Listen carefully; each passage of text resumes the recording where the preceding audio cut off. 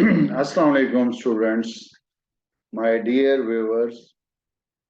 तो इस elementary mathematics for affiliated colleges, it is compulsory subject for all the BS 4-year students for all affiliated colleges in Punjab, or even any degree program in the whole of Pakistan.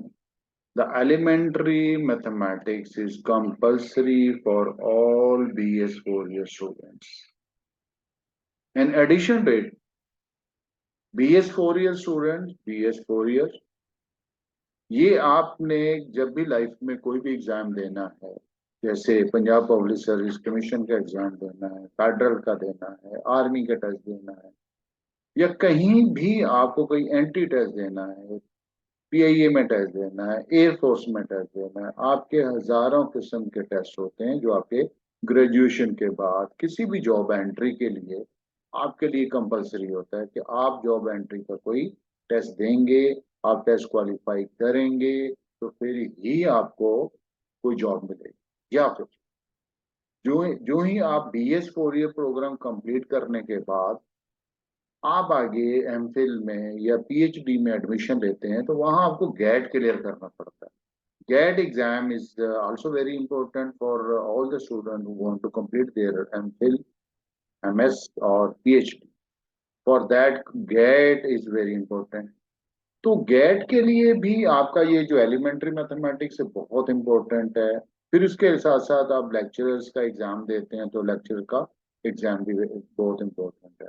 तो my dear viewer, I am Manzoor Hussain, mathematics teacher हूँ। Many years experience है मेरा, बहुत से mathematics मैंने करवाया। आप में से बहुत से लोग मुझे ऑलरेडी जानते हैं। तो let first of all I want to introduce what is the BS 4-year mathematics syllabus, और उसके बाद फिर और बातें साथ साथ होती रहेंगी। ये पूरी की पूरा मेरा lesson BS 4-year elementary mathematics पर बेस्ड है, और इसके साथ साथ मैं आपको यूजेस बताता जाऊंगा, कहाँ कहाँ ये इस्तेमाल होगा। एक तो सबसे पहली बात है कि आपने अपना कैरियर बनाना है तो एलिमेंट्री मैथ आपको आना चाहिए। अगर आप कैरियर बनाना चाहते हैं तो आपका एलिमेंट्री मैथ के बगैर किसी किस्म का कैरियर नहीं बन सकता। तो चलिए आ जाते हैं हम एलिमेंट्री मैथमेटिक्स पर। एलिमेंट्री मैथमेटिक्स है क्या, ये सारा ये आपके सामने मैंने पंजाब यूनिवर्सिटी का सिलेबस शो किया है। तो देखिए, इसमें पंजाब यूनिवर्सिटी के सिलेबस में elementary mathematics BS 4-year for all affiliated colleges, तो इसकी जो सिलेबस आउटलाइंस हैं आपके सामने हैं। ये हम कहते हैं कि सेमेस्टर 1 के लिए होता है या 2 में पढ़ा करवाया जाता है। बहुत से कॉलेजेस में जैसे सेमेस्टर 1 में ही सबसे पहले एलिमेंट्री मैथमेटिक्स, तो इसको कहते हैं अलजेब्रा का ये सेक्शन होता है। और क्योंकि ये अलजेब्रा है तो इसलिए ये बहुत ही इंपॉर्टेंट है। अलजेब्रा में आपको पता है कि algebra is very important, but ये सिर्फ अलजेब्रा नहीं है, इसमें बहुत कुछ है। लेकिन ये बात है कि आपको ये सारी जिंदगी बहुत काम आएगा, इसलिए ये इंटरेस्ट लेके ही पढ़ना चाहिए। तो देखिए, इसमें कौन कौन से डिसिप्लिन में ये मैथमेटिक्स पढ़ाया जाता है और कंपलसरी है। तो देखिए, सबसे पहले तो बिजनेस एडमिनिस्ट्रेशन है, उसमें आप बिजनेस एडमिनिस्ट्रेशन में, इकोनॉमिक्स में, हिस्ट्री है, तो इसमें ये सारे डिसिप्लिन आपको एलिमेंट्री मैथमेटिक्स के बगैर पास नहीं हो सकते।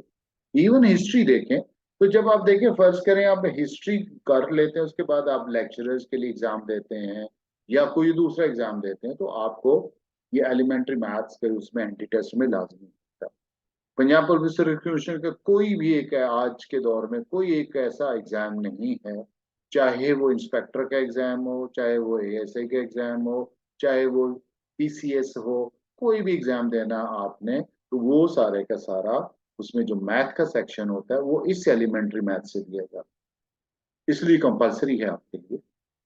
ओके, इसके अलावा botany, zoology, chemistry and social work, political science, math communication, education elementary and education secondary, Urdu. देखिए, जितने भी डिसिप्लिन है जिसमें BS 4-year प्रोग्राम होगा, इन सब में एलिमेंट्री मैथमेटिक्स कंपलसरी। तो अब देखिए एलिमेंट्री मैथमेटिक्स किन सब्जेक्ट्स के लिए कंपलसरी नहीं है, वो यहाँ मेंशन ही किया। मसलन मैथमेटिक्स है, BS 4 ईयर मैथ्स है, उसमें आपको एलिमेंट्री मैथ नहीं पढ़ना पड़ेगा। BS 4 ईयर फिजिक्स के लिए नहीं करना पड़ेगा, BS 4 ईयर के मैथ और फिजिक्स के लिए नहीं करना पड़ता। बाकी तकरीबन तकरीबन जितने भी आपके डिसिप्लिन हैं सब में एलिमेंट्री मैथमेटिक्स कंपलसरी। ओके, आगे चलते हैं कि जो एलिमेंट्री मैथमेटिक्स क्या है। तो ये सारा कुछ सारी डिटेल में मैं बताऊंगा, बट डिटेल के साथ साथ ये भी बताता जाऊंगा कि देखिए सबसे पहला इसका जो टॉपिक है वो प्रिलिमिनरीज रियल नंबर सिस्टम। अब से यहाँ रियल नंबर सिस्टम की अगर हम बात करें, प्रिलिमिनरीज की बात करें, तो उसमें वो सब कुछ आ जाता है। जैसे उसके बाद फिर complex number, set theory, sets वो जो आपने पढ़ा, पहले हम इस रियल नंबर सिस्टम की बात करते हैं। रियल नंबर सिस्टम सिंपली ये नहीं है कि रियल नंबर्स क्या होते हैं, ठीक है। इसमें आपको इससे कॉम्प्लेक्स नंबर से पहले पहले आपको क्या क्या करना होगा। नंबर वन, आपको ये रियल नंबर सिस्टम के साथ साथ आपको ये जो 4 बाइनरी ऑपरेशंस हैं, प्लस, माइनस, डिवीजन और मल्टीप्लिकेशन, इनको भी सीखना होगा कि ये किस ऑर्डर से किए जाते हैं, इसकी प्रॉपर्टीज क्या हैं। फिर आपको ये जो 4 ब्रैकेट्स होती हैं, ये ब्रैकेट होती है, ये ब्रेसिस इसको कहते हैं हम, चलो आप भी ब्रैकेट कह लें सिंपल, और ये बिग ब्रैकेट, स्क्वायर ब्रैकेट होती है। ये 3 ब्रैकेट्स का यूज क्या है। और उसके साथ फिर आपको ये भी सीखना है कि जब आप प्लस या माइनस नंबर्स को करते हैं वो कैसे किया जाएगा। फिर फ्रैक्शंस की एडिशन और सब्सट्रैक्शन है, जैसे 1/2 प्लस 1/3 कैसे करना है। फिर उसके बाद आपने एलसीएम कैसे लेना है, जिसको आपने जोग्राफिकल के नाम से पढ़ा होगा। एलसीएम और हायर कॉमन कॉमन फैक्टर क्या होता है, HCF क्या होता है, लीस्ट कॉमन फैक्टर क्या होता है, ये भी आपको सीखना है, ठीक है। और उसके बाद बेसिक बेसिक अलजबरा, अलजबरा आपको देखना है। अलजबरा क्या होता है, ये देखना है। अलजबरा में multiplication, division, subtraction, factorization, algebra के मतलब बहुत से आगे सब टॉपिक्स हैं जो कि आपको सीखने। उसके साथ साथ आप आ जाए इंडेक्स। इंडेक्स होता है पावर जैसी होती है ना, इंडेक्स ऑफ ए नंबर। तो इंडेक्स की ये सिंगुलर है इंडेक्स, और प्लूरल होता है इंडिसेस। जैसे A⁴ या B⁻⁻5 वगैरह, पावर्स को कैसे डील किया जाएगा। नंबर्स को अगर दो नंबर को मल्टीप्लाई करना है तो पावर्स में क्या रिलेशन होता है, वगैरह वगैरह। फिर आपको जो है ना सिंप्लीफिकेशन अलजबरा में एलसीएम लेके कैसे की जाती है, ये सारी डिटेल है। इसके मेरा ख्याल है कि कम से कम भी मिनिमम कोई 10 छोटी छोटी वीडियोस बनेगी, वो मैं बाद में बनाऊंगा। 10 बेसिक्स ऑफ मैथमेटिक्स के अलजबरा के ऊपर 4-5 लेक्चर्स बनेंगे, इंडिसेस के 4-5 लेक्चर्स बनेंगे, ठीक है। और इसी तरह एलसीएम, HCF और फ्रैक्शन और बेसिक पैरेंथेसिस का यूज क्या है। तो ये टोटल मिला के तकरीबन 20 से 25 लेक्चर्स बन जाएंगे, ताकि आप मैथमेटिक्स, आपको बेसिक मैथ सारा आ जाए। क्योंकि इस बेसिक ये सारे डिटेल सीखने के बाद आपने क्या करना है, फिर आपको कहीं जाके कॉम्प्लेक्स नंबर समझ आएगा कि कॉम्प्लेक्स नंबर्स क्या होते हैं। क्योंकि कॉम्प्लेक्स नंबर सीखने से पहले आपको हर चीज सीखनी है कि ये क्या करना है, इसके रूट क्या है, एलसीएम क्या है, HCF क्या है, एडिशन, मल्टीप्लिकेशन वगैरह। तो इसकी सारी प्रॉपर्टी ये काफी लंबा होता है, जो कि आपको ऑलमोस्ट 6-7 क्लास तक सारा ये करवा दिया जाता है, 8th क्लास तक। तो ये सारा आपको सीख के थोड़ा सा फिर आगे आना पड़ता है, या मैट्रिक में जो अलजबरा आप पढ़ते हैं वो आपको सीखना पड़ता है।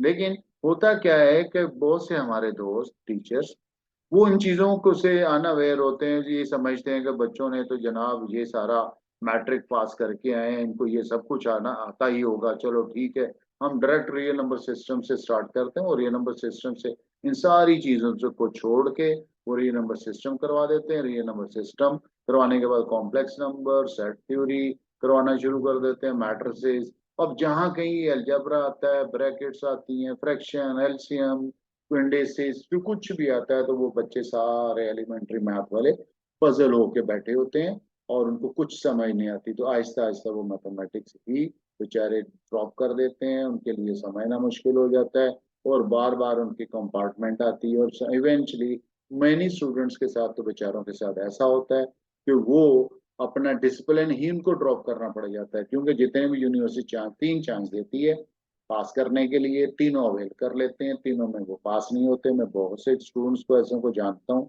जिनसे जिन्होंने किया और उसके बाद वो सिर्फ मैथ की वजह से उनका डिसिप्लिन पूरा का पूरा खराब हुआ। इसमें खास तौर पर वही स्टूडेंट्स होते हैं हिस्ट्री वाले, हिस्ट्री वालों से बेचारों से नहीं होता, तो उसकी वजह ये होता है उन्होंने ये सब कुछ नहीं पढ़ा और दूसरे नॉन सीरियस भी होते हैं।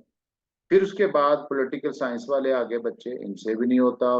तो मैथ कम्युनिकेशन वाले आगे, ये भी फंसे रहते हैं। एजुकेशन वाले आ गए, इसमें जो है ना एजुकेशन, सेकेंडरी एजुकेशन वाले आ गए, उर्दू वाले आ गए।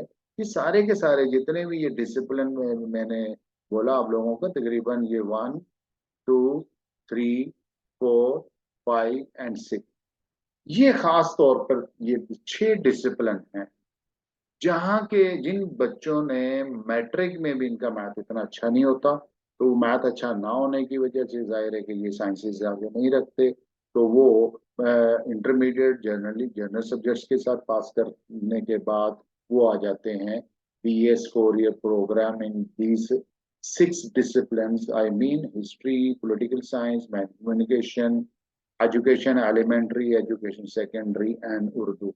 इसमें आप किसी हद तक इस्लामियात भी ऐड कर लें, BS 4 ईयर प्रोग्राम ऑफ इस्लामियात भी किसी यूनिवर्सिटीज में आता है, और भी बहुत से डिसिप्लिन है।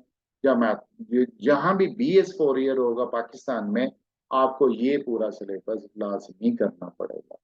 और उसके बाद आ जाते हैं हमारे जो सेट्स थ्योरी है। सेट थ्योरी वही हो जो तो आप 8th क्लास में या 9th में स्टडी करते हैं, ऑलमोस्ट वही होती है। मैट्रिसेस आपका ऑलमोस्ट मैट्रिक तक जो आपने स्टडी किया होता है वही होता है, थोड़ा बहुत उसमें FSC वाला भी आ जाता है। मैट्रिसेस क्या, जैसे इनवर्स फाइंड करते हैं और उसके अंदर डिटर्मिनेंट्स आ जाते हैं, डिटर्मिनेंट FSC में करवाए जाते हैं, तो ऑलमोस्ट FSC वाला होता है लेकिन बहुत ज्यादा डिटेल में नहीं होता। उसके बाद क्वाड्रेटिक इक्वेशंस का सॉल्यूशन है, टाइप ऑफ क्वाड्रेटिक इक्वेशंस हैं, रूट्स की नेचर आ गया, polynomial, cube roots of unity वगैरह, relation between roots and coefficients. ये काफी लंबा टॉपिक, पूरा क्वाड्रेटिक है, पूरा चैप्टर बनता है ये FSC का। तो उसी का किसी लेवल तक कह लेके तकरीबन 80% वही सेम आता है। उसके बाद ये अरिथमेटिक सीक्वेंस है, ये भी FSC का टॉपिक है, ये पूरा करना पड़ता है। यहाँ से ऑलमोस्ट 2 क्वेश्चन पेपर में आ जाते हैं। बाइनोमियल थ्योरम है, ये भी FSC में है, ये आता है आपको introduction to mathematical induction method. ये भी एग्जाम में काफी एक क्वेश्चन लाजमी इसका होता है, बाइनोमियल थ्योरम है। फिर रैशनल इंडिसेस के साथ, तो ये भी है कि रैशनल इंडिसेस के साथ भी है, रैशनल इंडिसेस पर ये जब वो करेंगे तो फिर ट्रिग्नोमेट्रिक फंक्शंस आ जाते हैं, ट्रिग्नोमेट्रिक इक्वेशंस हैं। तो आप ये समझ लीजिए कि 3 मंथ्स का आपका सेमेस्टर, एक सेमेस्टर होता है। उन उस सेमेस्टर के अंदर अंदर आपको ये सारा सिलेबस स्टडी करना है, लेकिन इसके साथ साथ आपको ये भी करना होगा। तो मेरा ख्याल है कि मेरी वीडियो काफ़ी लेंथी हो रही है, तो मेरा ये सब कुछ मैंने इसका इंट्रोडक्शन करवा दिया, और एट द एंड हम देखते हैं कि इसके अंदर कुछ रिकमेंडेड बुक्स हैं। ये हमारी रिकमेंडेड बुक्स हैं, अगर आपको मिल जाए तो ये ज़्यादा अच्छा होता है। रिकमेंडेड बुक से ही पढ़ें तो आपको अंदाज़ा होता है कि आपको क्या पढ़ना है। और इसके अलावा हमारी कुछ लोकल बुक्स भी हैं, बट लोकल बुक भी आप बेशक देखने में अच्छी होती हैं, तो लेकिन ज़्यादा तो इम्पोर्टेंट होता है कि टीचर, जो आपका क्लास टीचर होता है, उसने ही सब कुछ सेलेक्ट करके हर चीज़ आपको करवानी होती है। वो चाहे तो FSC की बुक से करवा दे, चाहे तो वो रिकमेंडेड बुक जो है ना वो आती है। मेरा ख्याल इसमें FSC बुक मैं ज़्यादा रिकमेंड करता हूँ, क्योंकि मोस्टली क्वेश्चन FSC की बुक से ही डाल दिए जाते हैं। और इसको सब कुछ पढ़ने से पहले ज़रूरी होगा कि जो मैंने आप लोगों को ये ये बता दिया, तो आपको चाहिए कि ये पूरी डिटेल के साथ पहले इसको पढ़ें। फर्ज करें कि आपका क्लास टीचर भी आता है, तो वो क्लास टीचर आपको कहता है जी हम शुरू करें रियल नंबर सिस्टम, तो अगर आपने मेरी वीडियो देख ली और आप टीचर को जरूर कहेंगे सर हमें पहले तो ये ऑर्डर ऑफ ऑपरेशन बताएं, ये कैसे यूज करने हैं, ब्रैकेट्स का यूज बताएं, addition of and subtraction of fraction, multiplication of fraction वगैरह हमें पहले बता दें, उसके रूट्स बताएं, क्यूब रूट्स बताएं, यानी बेस ऑफ मैथमेटिक्स ये सारी है। ये सारी डिटेल्स करने के बाद ही सर टीचर को कहें कि हमें रियल नंबर सिस्टम आप बाद में ही पढ़ाएं, पहले हमें सब कुछ बेसिक्स करवाने के बाद आप रियल नंबर सिस्टम पर आ जाएं। और ये अगर होगा तो ये कम से कम भी आपके इसमें 4 से 5 लेक्चर जरूर स्पेंड करना चाहिए, और उसके बाद फिर रियल नंबर सिस्टम पर आना चाहिए। Thank you for watching. और एंड में जो मेरी यूजुअल रिक्वेस्ट होती है, मेरा चैनल जो नए आने वाले चैनल जो है ना सब्सक्राइब कर दें, साथ बेल आइकॉन को दबा दें, ताकि मेरी नेक्स्ट अपकमिंग वीडियोस आप वॉच कर सकें। Thank you for watching my video, thank you very much. और stay blessed and keep on struggling, working. Thank you and Allah.